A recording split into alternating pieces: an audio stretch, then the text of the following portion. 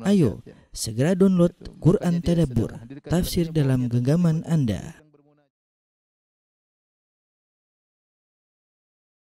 Bismillahirrahmanirrahim. Assalamualaikum warahmatullahi wabarakatuh. Alhamdulillahi ala ihsani wa syukru lahu ala taufiqihi wa amtinani. Asyhadu an la ilaha illallah wahdahu la syarika lahu ta'ziman li sya'nihi wa asyhadu anna Muhammadan abduhu wa rasuluhu da'ila ridwani. Allahumma salli alaihi wa ala alihi wa ashabi wa ikhwani. Ikhwan dan akhwat, para jamaah Masjid As-Sunnah Bintaro yang dirahmati Allah Subhanahu wa taala. Kita melanjutkan bahasan kita dari Syarah Al-Aqidah Al-Wasithiyah dan kita sudah masuk pada penghujung kitab Al-Aqidah Al-Wasithiyah. Syekhul Islam Ibnu Taimiyah rahimahullah berkata, "Tsumma min tariqati ahli sunnah wal jamaah ittiba'u athari Rasulillah sallallahu alaihi wasallam batinan wa zahiran." Kemudian di antara metode atau manhaj ahlu sunnah wal jamaah adalah mengikuti asar-asar, yaitu dalil-dalil dari Rasulullah SAW secara batin maupun secara zahir. Ya. Di sini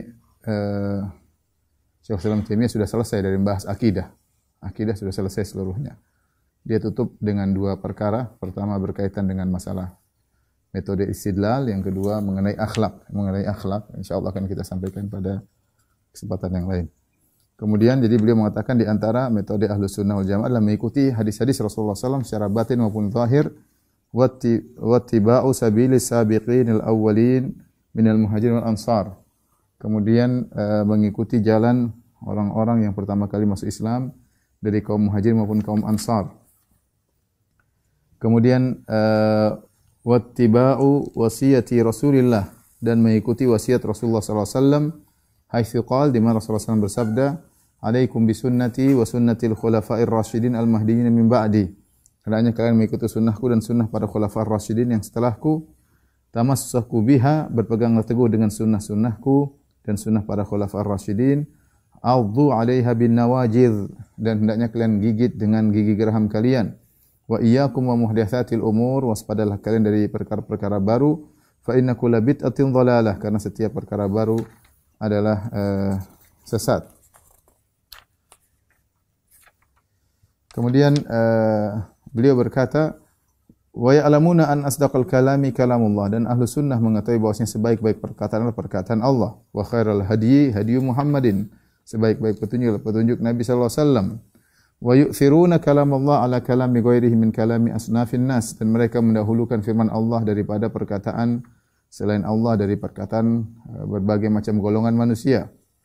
Wa yuqaddimuna hadiya Muhammadin sallallahu alaihi wasallam ala hadi kulli ahad, dan para ahlu sunnah mendahulukan petunjuk Rasulullah SAW daripada petunjuk siapapun.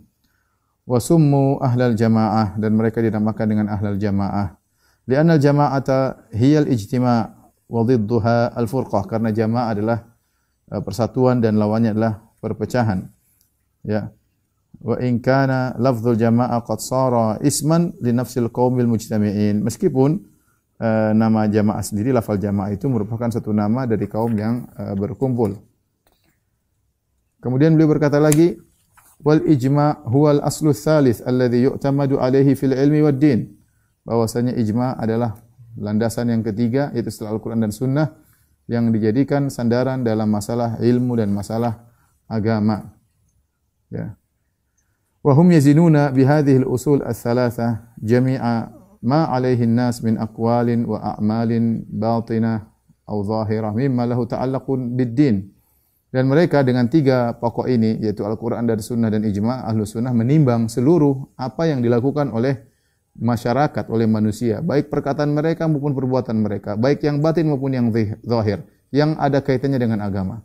Inilah alat bagi ahlu sunnah untuk menimbang seluruh apa yang diucapkan orang-orang, dilakukan orang-orang yang berkaitan dengan agama, ditimbang dengan Al-Quran dan Sunnah dan ijma'. Wal ijma' alladhi yanzabitu huwa ma kana alaihi salafus salih, dan ijma' yang bisa sesuai dengan kaidah yang pas adalah yang diijma'kan oleh salafus salih. Idz ba'dahum kathura al-ikhtilafu wa intasharatil ummah, karena setelah para salaf banyak terjadi perselisihan dan juga umat sudah tersebar. Ya. Tapi ini ada beberapa perkara yang berkaitan dengan manhaj istidlal yang disampaikan oleh Syekhul Islam Ibnu Taimiyah di penghujung kitab Al-Aqidah Wasithiyah. Kita bagi menjadi 2 poin. Yang pertama ya,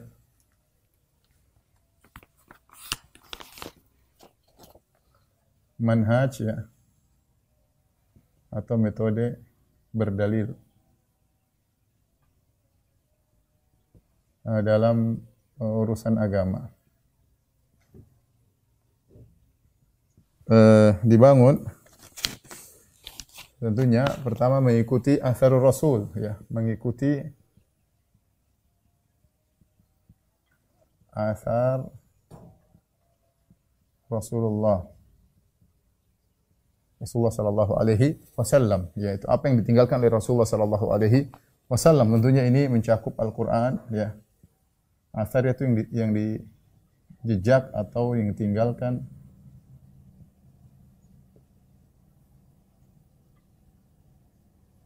Al-Qur'an dan As-Sunnah ya.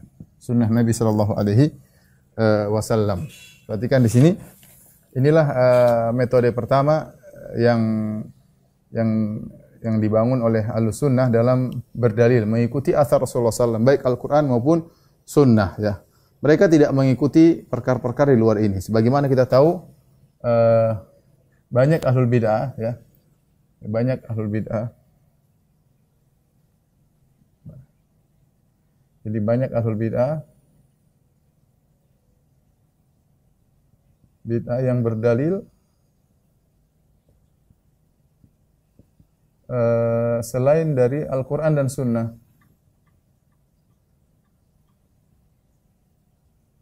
Contohnya apa? Contohnya misalnya dengan akal, ya. Akal, mereka menggunakan akal dan mereka bikin kaidah bahwasanya seperti Ar-Razi menggunakan kaidah disebut Al-Qanunul Kulli, bahwasanya semua yang bertentangan dengan akal maka harus ditakwil. Harus ditakwil. Ini digunakan oleh Ar-Razi dalam banyak hal, bahkan dalam masalah bukan hanya dalam masalah akidah, dalam sebagian masalah dalailun nubuwah, dalam masalah selain itu juga dia pokoknya bertentangan dengan akal maka dia bisa menolak, dengan akalnya, ya. Akhirnya mereka tercerai-berai karena kalau kita jadikan akal sebagai sandaran, akal siapa yang mau dijadikan patokan? Kemudian juga misalnya sebagian mereka menjadikan al-qat'iyat al-aqliyat, yaitu perkara-perkara akal absolut. Perkara-perkara akal yang absolut, yang tidak lagi nisbi. Ini diambil dari mana? Dari falasifah Yunaniyah. Dan insyaallah kalau setelah pembahasan akidah wasithiyah saya akan bahas tentang apa yang dimaksud al-qat'iyat al-aqliyah, itu perkara-perkara absolut yang jadi pegangan oleh sebagian ahlul bidah yang mereka ambil dari filsafah Yunaniyah, ya. Filsafat Yunani yang kemudian dijadikan landasan untuk berbicara tentang Tuhan, yang mereka mengatakan ini absolut, semua yang bertentangan dengan ini harus ditakwil, ya. Yang ternyata itu bukan buah karya orang-orang Islam, tapi ternyata buah karya orang-orang Yunani yang tidak beragama, diadopsi dengan bangganya oleh orang Islam, kemudian dijadikan sebagai tolak ukur barometer yang tidak mungkin salah, yang disebut dengan absolut atau al-qat'iyat al-aqliyah, perkara yang pasti tidak mungkin salah. Kemudian di antara mereka seperti orang sufi menggunakan dalil dengan apa? Perasaan, ya. Kemudian dengan mimpi, ya, misalnya, ya. Kemudian dengan kasyafat, ya. Kasyf, ya. Kemudian dan lain-lainnya. Ini semua bukan metode Ahlus Sunnah wal Jamaah. Banyak sekali dan saya sudah punya pembahasan tentang hal ini, tentang 20 manhaj istidlal yang keliru, ya, bisa dilihat di YouTube, ya. Tapi kita bicara Al-Quran dan Sunnah. Adapun As-Sunnah, ketika kita berbicara tentang As-Sunnah, Sunnah bagaimana yang bisa dijadikan dalil? Sunnah yang bagaimana? Tidak semua Sunnah Nabi. Jadi Sunnah itu apa? Ma udhifa ila Nabi sallallahu alaihi wasallam, yang disandarkan kepada Nabi sallallahu alaihi wasallam min qaulin wa fi'lin wa taqririn, perkataan, perbuatan, ya, maupun penetapannya, maka mencakup seluruh yang disandarkan kepada Nabi sallallahu alaihi wasallam disebut sunnah. Terkadang ada sunnah yang memang harus diibadiyah, yaitu sunnah yang berkaitan dengan ibadah, dan kadang ada yang sunnah bukan merupakan ibadah, ya. Contoh Macam-macam sunnah misalnya sunnah yang berkaitan dengan ibadah.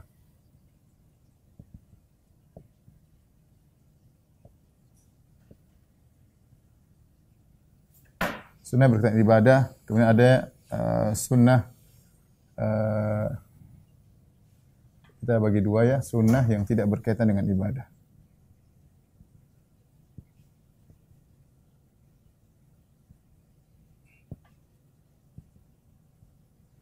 Ini ada 3 model yang tidak berkaitan dengan ibadah. Yang berkaitan dengan ibadah maksudnya bagaimana?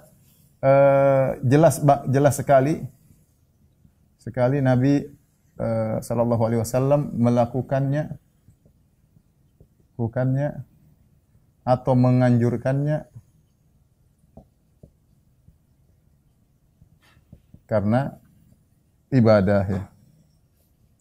Banyak ya. Seperti Rasulullah suruh salat misalnya, Rasulullah SAW suruh puasa, jelas itu sunnah-sunnah yang berkaitan dengan ibadah. Ada sunnah-sunnah yang tidak berkaitan dengan ibadah, contohnya apa? Contohnya yang dilakukan Nabi kebetulan. Nabi secara kebetulan. Bukan dimaksudkan.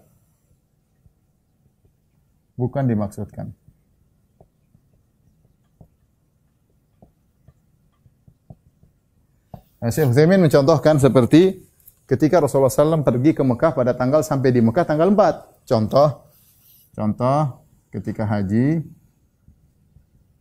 haji Nabi berangkat dari Madinah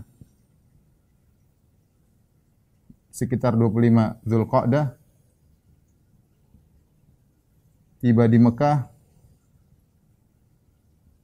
4 Zulhijjah. Baik. Berangkatnya Nabi tanggal 25 bukan dikatakan sunnah. Sunnah kalau mau hajian berangkat tanggal 25 Zulqa'dah karena Nabi berangkat tanggal 25. Kebetulan saja Nabi berangkat waktu yang pas begitu. Kecuali kalau Nabi bilang nampak sekali Nabi bermaksud, kalian berhajilah berangkat dari Madinah tanggal 25 Zulqa'dah. Berarti memang sengaja Nabi tanggal segitu. Tapi ini tidak sengaja, ini secara kebetulan saja. Kemudian tibanya juga tanggal 4. Ini bukan sengaja Nabi sengaja tiba tanggal 4. Jadi jangan katakan kita kalau mau hajian tiba di Mekah tanggal 4 sesuai dengan sunnah Nabi. Tidak. Ini cuma kebetulan saja. Artinya Anda boleh tiba sebelumnya, Anda boleh tiba sesudahnya ya. Karena Nabi tidak pernah mengatakan harus tanggal 4. Tidak ada isyarat dari Nabi sallallahu alaihi wasallam menunjukkan bahwasanya ini hanya dilakukan karena kebetulan atau kesempatan yang pas, bukan disengajakan. Contohnya lagi misalnya yang berkaitan dengan adat ya, adat istiadat setempat. Contoh, Nabi tidak pernah menganjurkan hal tersebut ya. Ini hanya berkaitan Nabi kebetulan adatnya seperti contoh pakai jubah misalnya, pakai jubah, kemudian pakai izar dan rida ya. Ini di antara pakaian dahulu. Rasul pakai jubah, sekarang kalau jubah masih berlanjut sampai sekarang dan juga ditiru oleh orang kita, dan ini tidak dikatakan sunnah ya. Kemudian contohnya lagi rida dan izar. Rida selendang, izar sarung. Ini dulu pakaian biasa ya. Pakaian biasa kalau Nabi berjalan dia pakai pakaian tersebut, ketemu orang pakai pakaian tersebut. Sekarang di Saudi sudah tidak ada seperti ini ya. Jangan orang kemudian pergi ke kantor enggak usah ke kantor, ke masjid saja. Pakai rida, pakai izar, kemudian pergi ke masjid, orang aneh kecuali mau umrah ya. Maka tidak dikatakan sunnah bahwasanya pakai rida dan izar adalah sunnah. Karena Nabi pakai hanya sekedar konsekuensi adat istiadat setempat ya. Contohnya lagi misalnya pakai sorban ya. Sorban juga tidak dikatakan bahwasanya dia adalah sunnah ya, tidak dikatakan sunnah ya. Syekh Utsaimin mengatakan sunnahnya dalam perkara ini adalah justru sunnahnya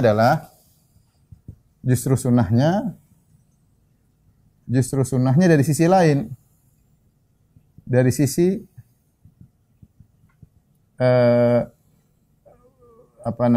menyesuaikan dengan masyarakat setempat. Adat masyarakat setempat selama tidak melanggar syariat.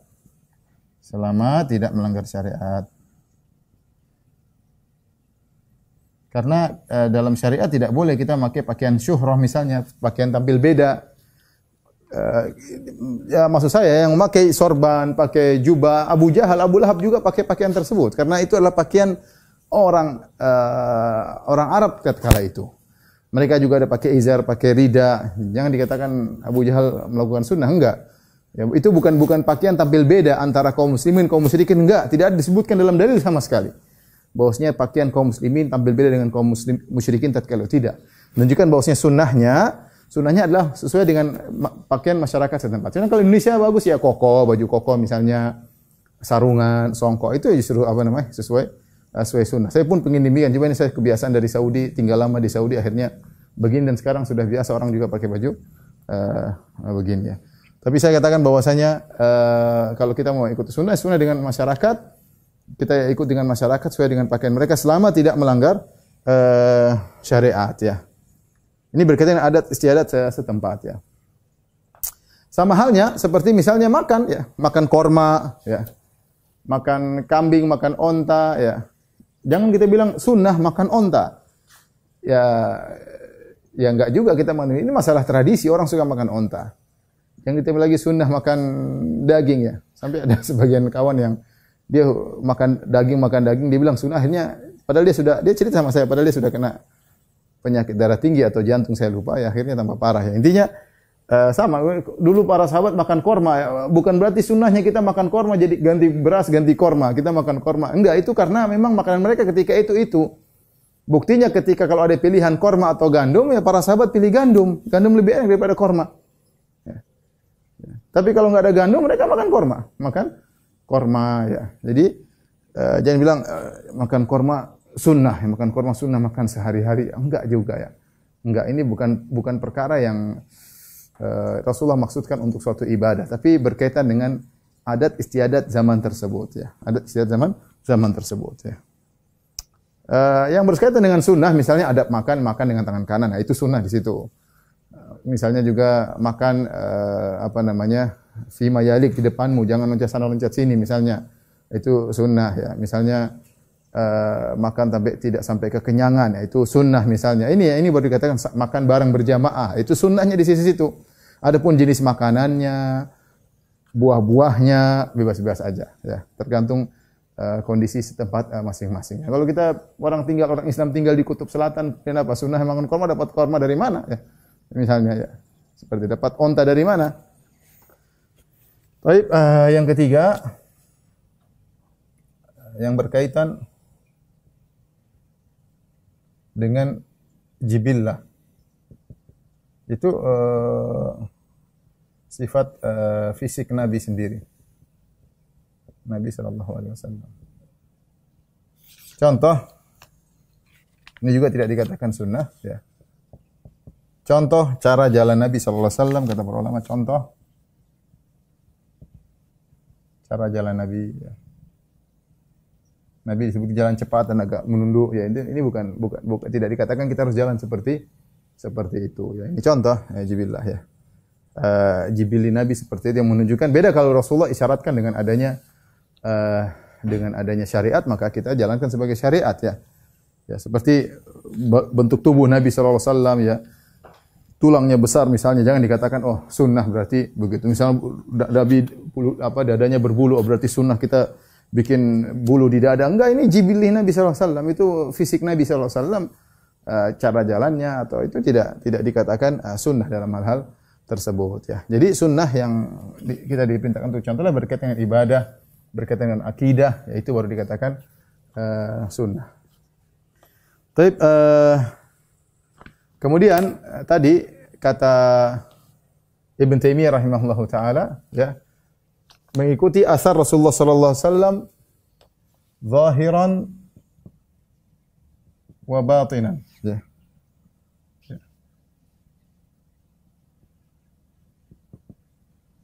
Zahir dan batin ya. Zahir dan batin. Jadi ini peringatan bagi kita ikhwan yang rahmatillah subhanahu wa ta'ala. Sunnah Nabi, peringatan. Kita ikut sunnah Nabi sallallahu alaihi wasallam dalam segala hal. Dalam segala hal. Perkara penampilan misalnya, penampilan, ibadah, kemudian akidah, ya semua batin, akhlak, ya, amalan hati, ya, dan seterusnya. Jangan sampai seorang hanya mengikuti sunnah Nabi dari sisi penampilan doang, ya, dari sisi penampilan. Ya. Semuanya, baik yang nampak maupun tersembunyi, terhadap bagaimana hubungan terhadap anak, terhadap istri, terhadap orang tua yang orang mungkin tidak lihat. Kita jelas bagaimana amalan hati kita, ini batin yang orang tidak lihat. Jangan kita hanya mengikuti sunnah Nabi dari sisi zahir doang, penampilan. Masya Allah, nyingkrang, kemudian yang akhwat mungkin mengikuti sunnah para sahabat, sahabiat pakai cadar, tapi dari sisi lain tidak ngikutin. Kita dapati misalnya ada wanita bercadar, ya, saya sampai diceritakan sama kawan, ada wanita bercadar tapi Masya Allah sama suaminya berkelahi sampai berkelahi di kantor sampai kedengaran teriakan istrinya di telepon, ya. Jadi ini gimana? Kita enggak gitu. Kita sunnah Nabi, kita ajaran Nabi kita ikuti batin, zahir. Bukan zahir doang, ya. Ingat, batin juga kita berusaha mengerjakan. Bukan cuma kita semangat secara zahir doang, misalnya pergi ke masjid, Masya Allah zahir. Tapi akidah kita enggak ikut Nabi SAW. Akidah kita ikut orang-orang Yunani. Akidah kita ikut orang-orang ahli filsafat. Batin kita enggak ikut Nabi SAW. Nabi bilang gini, kita enggak percaya. Nabi bilang, kalian akan melihat Allah di enggak ada Allah di atas, enggak benar itu. Nabi bilang begini, oh enggak benar, enggak percaya. Ini namanya kita hanya mengikuti sunnah Nabi yang zahir doang, yang batin masalah akidah, keyakinan tidak, kita enggak ikut Nabi SAW. Ini kesalahan. Maka perlu diingat oleh Syekh Islam Taimiyah bahwasanya manhaj atau metode dalam urusan agama mengikuti sunnah Nabi SAW zahir dan batin. Zahir dan batin. Ini yang pertama. Kemudian yang kedua,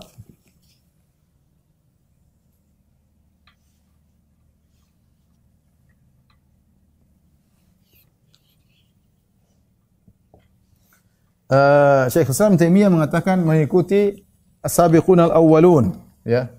Mengikuti as-sabiqun al-awwalun minal muhajirin wal ansar.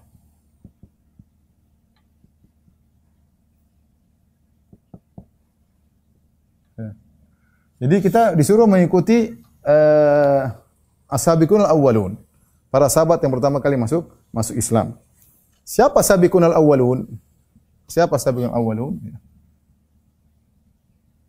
Ada beberapa pendapat sabiqun al-awwalun. Ya. Ada yang mengatakan yang masuk Islam sebelum Fatu Makkah. Itu sebelum 8 Hijriah. Ada yang mengatakan yang sholat 2 kiblat, yaitu yang sempat sholat menghadap Baitul Maqdis dan juga sholat nantinya menghadap ke Ka'bah. Itu namanya as-sabiqun al-awwalun. Kemudian juga ada yang mengatakan misalnya as-sabiqun al-awwalun yang masuk Islam sebelum Hudaybiyah. Ini pendapat yang lebih kuat, ya. Ada yang namanya sabiqun awwalun yang ikut perang Badar.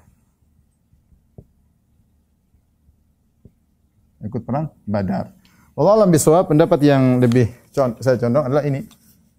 Sebagaimana dikuatkan oleh Syekh Shalih Al-Syekh bahwasanya yang sabiqun awwalun yang pertama kali masuk Islam, maksudnya yang masuk Islam sebelum Al-Hudaybiyah. Makanya Allah mengatakan la yastawi minkum man qatala man anfaqa wa qatala min qabli al-fath. Ya. Ulaika a'zamu darajatan min alladziina anfaqu wa qatalu min ba'du, ya. La yastawi minkum man anfaqa min qabli al-fath wa qatal. Ulaika a'zamu darajatan min alladziina anfaqu min ba'du wa qatalu. Demikian ayatnya. La yastawi minkum man anfaqa min qabli al-fath. Al-fath di sini maksudnya Hudaybiyah. Makanya Allah mengatakan inna fatahna laka fathan mubina. Banyak orang menyangka fathu di situ adalah Fatu Makkah. Padahal bukan. Kita turun firman Allah, inna fatahna laka fathan mubina. Kami telah memberikan kau kemenangan yang nyata, maksudnya itu Fathu Al-Hudaybiyah. Ya. Adapun Fatu Makkah idza jaa nasrullahi wal fath. Ya.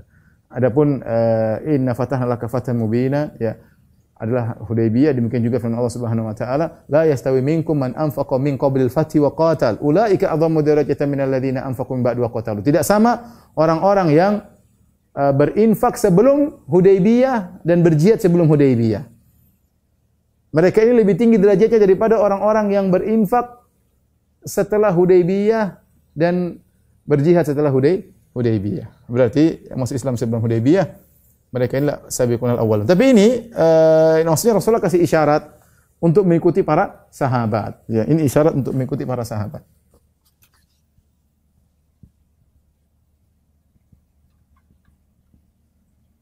Mengikuti manhaj sahabat. Oleh karena setelah itu Rasulullah SAW mengatakan, fa innahu may ya'ish minkum fasyara ikhtilafan katsira fa alaikum bi sunnati wa sunnatil khulafa'ir rasyidin al mahdiyyin min ba'di 'addu 'alaiha bin nawajiz tamassaku biha 'addu 'alaiha bin nawajiz. Kata Nabi SAW, kalian hidup setelahku akan lihat banyak perselisihan, maka ikutilah sunnahku dan sunnah para khulafa'ur rasyidin. Maksudnya isyarat untuk mengikuti manhaj para sahabat. Ini saya singgung dulu. Kenapa kita mengikuti para manhaj para sahabat? Karena banyak hal. Pertama, mereka umat terbaik. Kuntum khairat umat terbaik. Kuntum khaira ummatin ukhrijat linnas. Mereka, kalian adalah umat terbaik. Kemudian murid langsung Rasulullah SAW.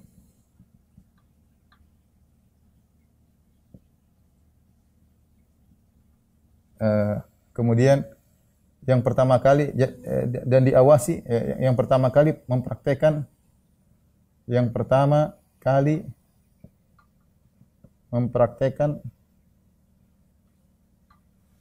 Al-Quran dan Sunnah. Ya. Ketika mereka mempraktekkan Al-Quran dan Sunnah, diawasi oleh Allah, diawasi oleh Nabi. Diawasi Allah, diawasi Nabi. Ya, kalau mereka salah, Nabi tegur. Kalau Nabi tidak lihat, Allah yang tegur langsung. Seperti saya sampaikan perkataan Jabir bin Abdullah, kunna na'zil wal Qur'anu yanzil. Kami dahulu melakukan azal, yaitu mengeluarkan air mani di luar rahim istri, dan Al-Quran turun. Kalau seandainya haram, pasti Allah akan turunkan ayat menegur kami. Ternyata Allah tidak tegur, berarti tidak haram. Ya, ini dalil bahwasanya mereka diawasi oleh Allah. Karena banyak kejadian-kejadian Allah tegur, banyak sekali. Terkadang Nabi yang Allah tegur, seringnya sahabat Allah tegur, Nabi tidak tahu, Allah kasih tahu. Jadi mereka yang murid langsung Rasulullah, mereka yang pertama kali mempraktikkan Al-Quran dan Sunnah, dan terlalu banyak ya, terlalu banyak dalil memuji mereka dari Al-Quran maupun Sunnah yang merekomendasi mereka.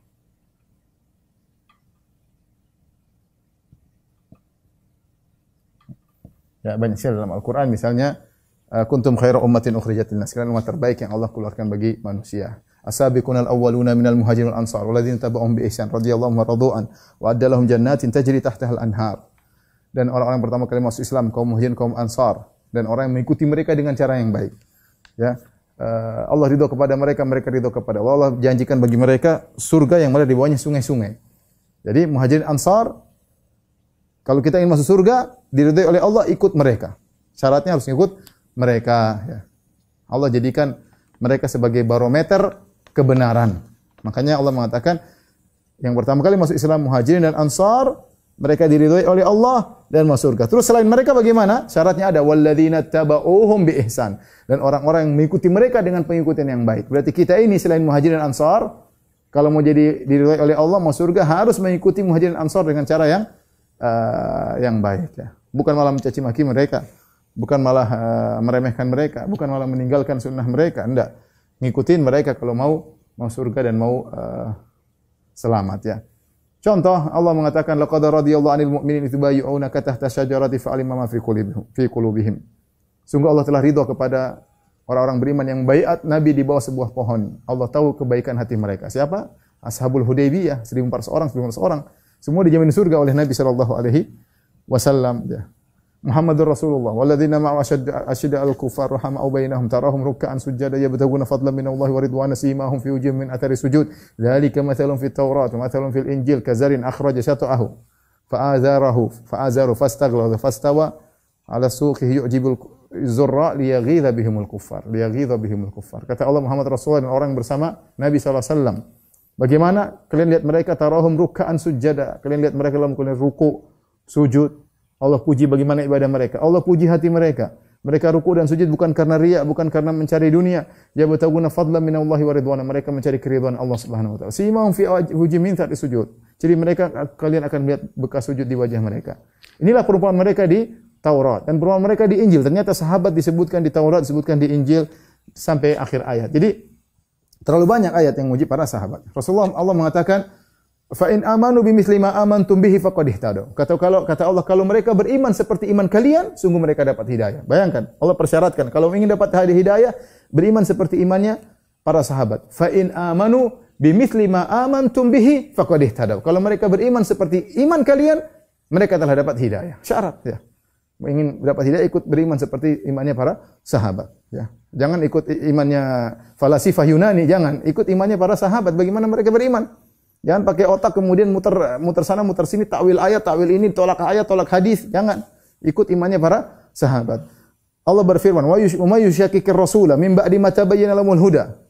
Wa may yushakkikir rasula min ba'di ma tabayyana lahul huda wa yattabi' sabila ghairal mu'minin nuwallihi ma tawalla wa nuslihi jahannam wa sa'at masira. Kata Allah Subhanahu wa taala, barang siapa yang yushakkikur rasul, yang menjadi oposisinya Rasulullah sallallahu alaihi wasallam, wa yattabi' ghairu sabil mu'minin, dan mengikuti jalan selain kaum mukminin.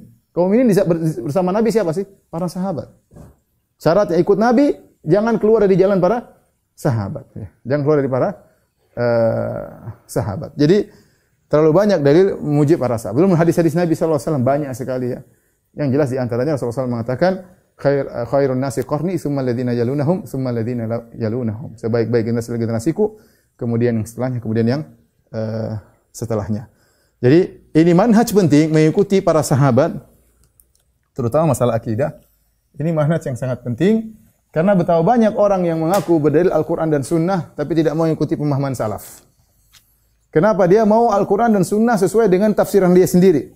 Mau dia takwil, mau dia rubah, mau dia katakan mansukh, terserah dia. Dia bilang enggak, kalau Anda ingin selamat, ikuti pemahaman para salaf. Makanya kita ketika belajar akidah, kita bilang akidah salaf. Kita bisa membuktikan akidah salaf, bukan akidah karangan orang-orang belakangan. Ilmul kalam, ahlul kalam, belajar ilmu filsafat, kemudian bikin akidah sendiri. Tidak sesuai dengan akalnya, kemudian dia tolak. Enggak, akidah salaf. Makanya orang ahlul bidah, mereka enggak mau pakai bilang akidah salaf. Mereka enggak mau. Kenapa coba? Harusnya mereka bilang, kami juga akidah salaf. Jangan ente saja ngaku salaf, kami juga akidah salaf. Karena mereka tahu ketika seorang mengaku berakidah salaf, ada konsekuensinya. Mana salafnya? Mana salafnya yang bilang Allah tidak di atas? Datangkan salaf Anda. Salafnya Jaham bin Safwan. Salafnya siapa? Jaham bin Safwan. Ya, Jahmiyah. Datangkan. Salafnya siapa? Mu'tazilah. Kata Abu Sa'id Asy'ari yang mengatakan dibikin Mu'tazilah. Nah, makanya kita alhamdulillah kita berani mengatakan kita bermanhaj salaf. Ya. Kalau manhaj salaf tidak ada salahnya, yang salah kitanya. Mungkin kita enggak pas ngikutin, mungkin kita hanya ilmu tapi tidak kita amalkan. Tapi manhaj salaf manhaj yang mulia. Yang kasih rekomendasi Allah Subhanahu wa taala, bukan kita. Allah yang rekomendasi, Nabi yang rekomendasi, Nabi yang suruh ngikut mereka. Ya. Nabi yang suruh mengikuti mereka. Jadi inilah kemuliaan manhaj salaf. Kita ketika berakidah kita mengikuti manhaj salaf. Masalah fikih masalah mudah, kalau masalah fikih para salaf sudah khilaf sejak dahulu. Sejak zaman Nabi masih hidup mereka khilaf. Kemudian Rasulullah SAW sudah meninggal, mereka juga khilaf. Tapi akidah enggak. Akidah diriwayatkan dengan sanad dan buku-bukunya ada. Makanya dalam kita ketika belajar akidah, buku-buku akidah bersanad. Ya, maksudnya sanadnya sampai ada salaf. Aisyah ngomong begini, Abu Bakar ngomong begini, ada. Kemudian para ulama hadis ya dan seterusnya. Taib ini perkara yang kedua. Yang ketiga, derazat.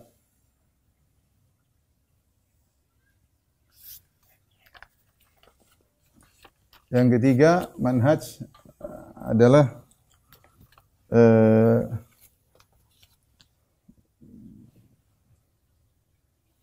meninggalkan bid'ah ya.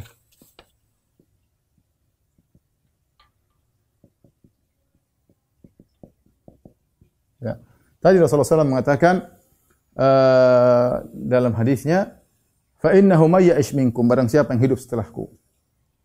Fa sayara ikhtilafan katsiran, maka dia akan lihat banyak perselisihan. Di sini masalah agama. Fa alaikum bi sunnati, makanya kalian berpegang teguh dengan sunnahku, wa sunnatil khulafa'ir rasyidin, dan ikutilah sunnah para khulafa'ir rasyidin, para sahabat. Tamassaku biha, peganglah erat-erat. Addu 'alaiha bin nawajidh, gigitlah dengan geraham kalian. Wa iyyakum wa muhdatsatil umur, waspadalah kalian dengan perkara-perkara yang baru. Ya. Fa inna kulla muhdatsatin bid'ah wa kulla bid'atin dhalalah. Karena setiap perkara yang baru adalah bid'ah dan setiap perkara bid'ah adalah sesat. Ya. Setiap perkara yang baru dalam agama adalah bid'ah dan setiap perkara bid'ah adalah sesat. Ya. Kata Nabi SAW, wa kullu bid'atin dhalalah.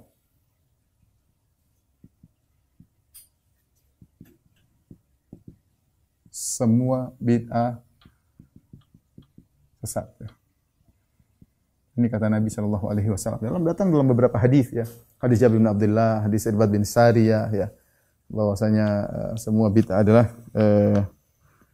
adalah sesat, ya. Tapi ikhwan dan akhwat yang dirahmati Allah Subhanahu wa taala, para ikhwan ya jamaah Masjid As-Sunnah Bintaro yang dirahmati Allah Subhanahu wa taala, pembahasan masalah bid'ah, pembahasan masalah yang cukup panjang. Kita akan bahas mungkin sebagian kali ini, insyaallah kita akan lanjutkan mungkin pada pertemuan berikutnya. Saya akan bahas mengenai syubhat-syubhat dan bantahan-bantahannya, bagaimana praktek salaf dan hal-hal yang berkaitan dengan bid'ah, ya. Karena di sana ada yang mengatakan bid'ah hasanah, ya, bid'ah hasanah. Maksudnya bagaimana, ya? Apakah bebas orang bikin bid'ah, ya? Apakah bebas orang bikin kreasi, ya? Inilah yang bikin musibah di dunia Islam adalah menganggap adanya bid'ah hasanah secara mutlak. Bukankah setiap firqah yang menyimpang semua punya bid'ah? Iya. Dan bukankah setiap mereka menganggap bid'ah mereka baik? Ini sangat mudah saja. Sekarang Khawarij, dia melakukan bid'ah. Kenapa? Dia anggap baik. Dia tidak menganggap perbuatan dia sesat. Dia menganggap baik. Cuma kita timbang dengan syariat, itu bid'ah. Muncullah Rafidhah lawannya, sama, menganggap apa yang mereka lakukan itu baik. Apakah ada al-bid'ah merasa dia salah? Sama semuanya, Khawarij, Rafidhah, nanti Mu'tazilah. Mu'tazilah juga menggunakan akalnya, ya menurut dia bid'ahnya baik. Ya, bid'ahnya baik loh. Kamu jangan, ini bid'ah hasanah versi saya. Khawarij punya bid'ah hasanah versi Khawarij, ya. Mu'tazilah punya bid'ah hasanah versi Mu'tazilah. Nanti muncul lagi Murji'ah. Murji'ah punya bid'ah hasanah versi bid'ah hasanah, ya. Menurut saya baik, ya. Akhirnya apa namanya bid'ah hasanah yang paling mudah kita bantah? Bid'ah hasanah relatif. Karena tidak ada pegangannya, tidak ada pegangannya. Kalau kita kan kalau bicara bukan bid'ah pakai dalil. Oh, enggak, ini enggak ada dalilnya, sudah selesai dibuang. Tapi kalau bid'ah hasanah enggak perlu pakai dalil. Terus pakai apa ya? Pakai perasaan. Masing-masing punya perasaan. Sekarang orang-orang tarekat-tarekat sufiyah dengan berbagai macam modelnya. Masing-masing punya bid'ah hasanah. Lihat di YouTube berapa kali orang bilang, "Oh, ini ada dapat sanad dari Nabi Khidir. Zikir begini." Subhanallah. Baik, satu lagi dapat sanad dari Nabi sallallahu alaihi wasallam, Nabi ajarin zikir begini. Kalau baca sekian-sekian maka akan begini. Nanti satu lagi dapat mimpi Rasulullah ngajarin tentang hadis kopi. Barang siapa minum kopi begini-begini. Wish, Masya Allah. Kita mau nyalain gimana? Ini kan bid'ah hasanah. Nggak mungkin kita nyalain. Terus sunnah-sunnah yang ada ini sudah, ini bid'ah, ini baru, ini sunnah baru, sunnah kreatif. Semua, yang orang mau zikir goyang-goyang, ya, ente larang gimana? Nggak bisa dilarang. Menurut saya baik, dengan begini saya fly, saya bergabung dengan Allah, kemudian saya melayang, memikirkan, ya sudah, terus kita mau larang gimana? Yang nari-nari di masjid, bid'ah hasanah, kita mau larang gimana? Yang bikin sholat setelah sa'i, sholat 2 rakaat, bukan cuma setelah tawaf 2 rakaat, setelah sa'i 2 rakaat, larang gimana? Kenapa ente larang? Ini sholat kok, bid'ah hasanah. Ya. Bikin sholat rebu wekasan, sholat nolak bala, nggak ada dalilnya, bid'ah hasanah. Sampai ada yang saya ditanya, Ustaz, bagaimana sholat birrul walidain? Saya bingung, sholat birrul walidain. Apa ini sholat birrul walidain? Saya nggak pernah tahu. Belum dengar dalam buku-buku fikih, nggak ada. Ya. Bikin lagi bid'ah hasanahnya sholat birrul walidain. Ini kita berbakti sama orang tua, berbakti, berdoa, tapi dibuat suatu sholat namanya sholat birrul walidain. Saya ditanya waktu saya bilang, oh, nggak ada sholat birrul, setahu saya nggak ada. Kalau ada sholat birrul walidain, nanti namanya sholat poligami, memudahkan seorang untuk poligami, sholat poligami. Orang bikin kreasi seenaknya, sepuasnya, terserah bikin zikir ini, zikir anu, mau hu, mau hi, mau bebas, ya. Ya, bebas. Ya. Kenapa? Dalilnya bid'ah hasanah. Karena bid'ah hasanah asalnya enggak perlu dalil. Dalilnya perasaan. Ente jangan tegur ana. Menurut ana baik. Ya sudah, selesai. Makanya di antara hal yang menunjukkan bid'ah hasanah itu enggak ada secara umum, nanti akan kita bahas ya insyaallah pekan depan, adalah bid'ah tersebut relatif. Relatif. Masing-masing punya pandangan sendiri. Sehingga mereka di antara mereka yang melakukan bid'ah hasanah, mereka tidak bisa mengingkari yang lainnya. Karena kalau mereka ingkari yang lain, mereka juga harus teringkari dari yang lainnya. Sehingga akhirnya apa? Karep-karepmu. Sebebas-bebasmu bikin ibadah ritual. Sebebas-bebas. Mau begini, terserah.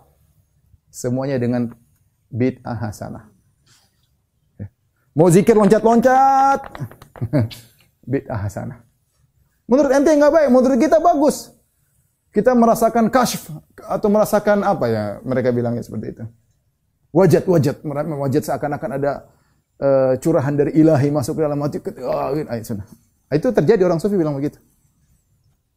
Ya. Dalilnya apa? Bid'ah hasanah. Lu sampai kapan begitu? Agama mau terus, agama enggak pernah sempurna. Terus tambah terus. Agama tidak pernah sempurna. Kapan sempurna? Agama sempurna full, tidak ada tambahan lagi. Kapan? Jika muncul ahlul bid'ah yang terakhir yang bikin bid'ah hasanah. Itulah penutup agama dengan bid'ah hasanah terakhir. Selama masih ada bid'ah hasanah, agama tidak pernah sempurna, akan terus tambah ya. Kalau kita bikin buku amalan, tambah 20 jilid, 30 jilid, 100 tahun kemudian sudah 40 jilid. Ini kumpulan bid'ah hasanah. Semuanya agama. Semuanya agama. Logis enggak? Semuanya agama. Ini mimpi ketemu Nabi, ini mimpi ketemu Nabi Khidir, ini ketemu gurunya zaman dahulu. Ini datang lewat ilham, lewat mimpi, macam-macam. Akan pernah selesai. Ini yang bikin akhirnya umat terpecah belah. Tetapi kalau saya punya ide bid'ah hasanah, mungkin orang tidak setuju. Tapi kita bilang bid'ah hasanah relatif. Relatif kan? Ya, oke. Kita relatif, ente baik, menurut saya juga baik. Saya punya bid'ah hasanah, mudah-mudahan ini idenya bagus. Saya harap antum semua setuju dengan saya. Apa ide bid'ah hasanah saya? Idenya adalah saya ingin kita semua kembali kepada manhaj salaf. Semua yang baru-baru kita buang semua. Ini ide saya. Kalau antum anggap itu bid'ah, inilah bid'ah hasanah yang terbaik daripada bid'ah-bid'ah kalian. Sehingga tidak semua orang asal ngomong, tidak semua orang bikin kreasi ibadah, kita bisa bersatu. Akidah dan ibadah ikut manhajus salaf. Yang tidak ada dalilnya kita buang. Bagaimana dengan ide saya? Apakah antum terima kawan-kawan sekalian? Kalau terima kita kerjakan. Kalau antum bilang ini jelek ya, kita bilang ini bid'ah hasanah versi saya dong. Jangan dikritiki. Baik.